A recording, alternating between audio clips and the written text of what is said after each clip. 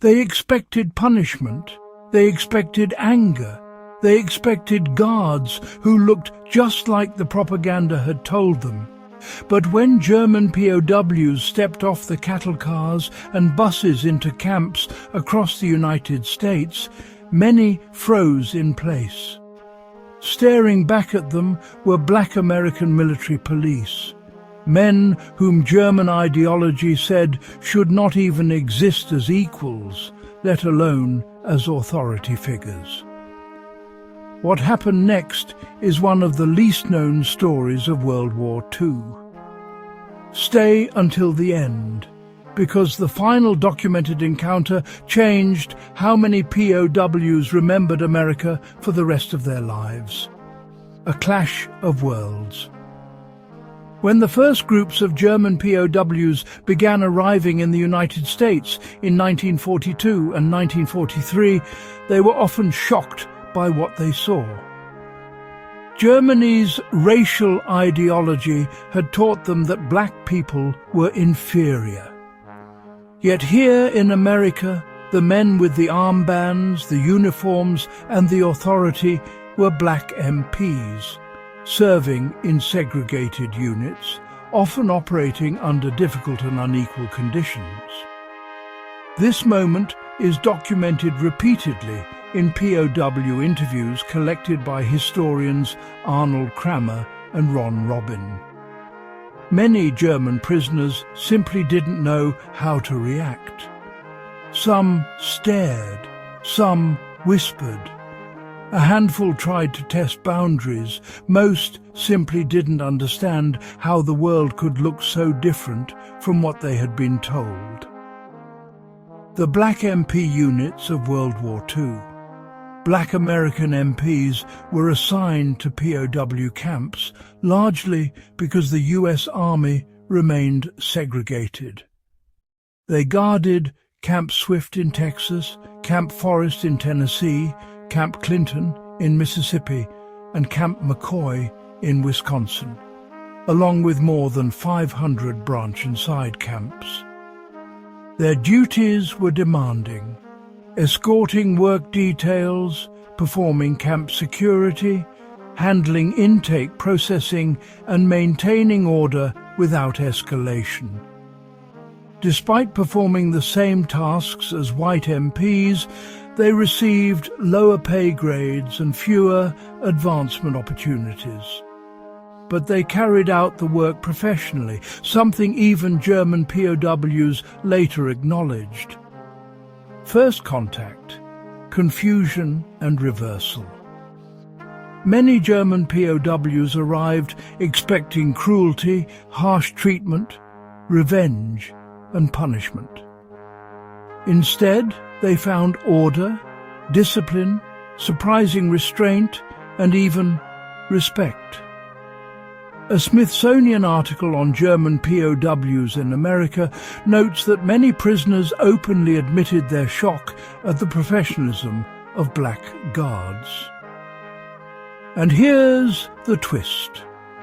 Black MPs frequently treated German POWs better than they themselves were treated by the American military and public.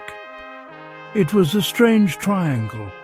Germans raised on racist ideology, black Americans serving under segregation, all meeting inside the same barbed wire fence. This contrast left a deep mark on many POWs. Work details, daily interactions, and respect earned. German prisoners worked in agriculture, sawmills, road crews and canneries across the Midwest and South. Black MPs supervised many of these teams. Documents and oral histories consistently note three themes. Professionalism. Black MPs were strict but fair. Many Germans later said they felt safer under them. Surprise. POWs did not expect black soldiers to speak perfect English, give orders, or control large groups. Mutual recognition. Over time, both groups realized they shared something. Neither was treated as equal by society. This wasn't friendship. Camps were still rigid military environments. But there was a level of human recognition that many POWs later described as unforgettable. The incident that left POWs speechless. Several post-war interviews describe a moment that repeatedly stunned POWs. When a black MP addressed them calmly, firmly, and in perfect authority, many prisoners realized they had misunderstood America entirely.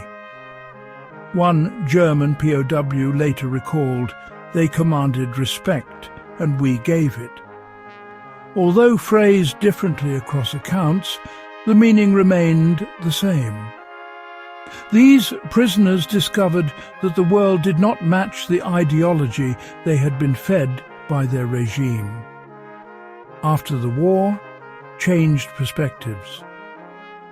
When German POWs returned home in 1946-1947, many spoke about the segregation of black soldiers with confusion. How could a nation that treated them, the enemy, so humanely treat its own black citizens unequally? This contradiction stayed with many former POWs for the rest of their lives. Several later wrote letters, memoirs, or gave interviews expressing respect for the black MPs they had once underestimated. For many, this was their first real human contact with people outside their own racial worldview, and it had changed them. Legacy of a meeting nobody expected. The story of black American MPs and German POWs is more than a curiosity.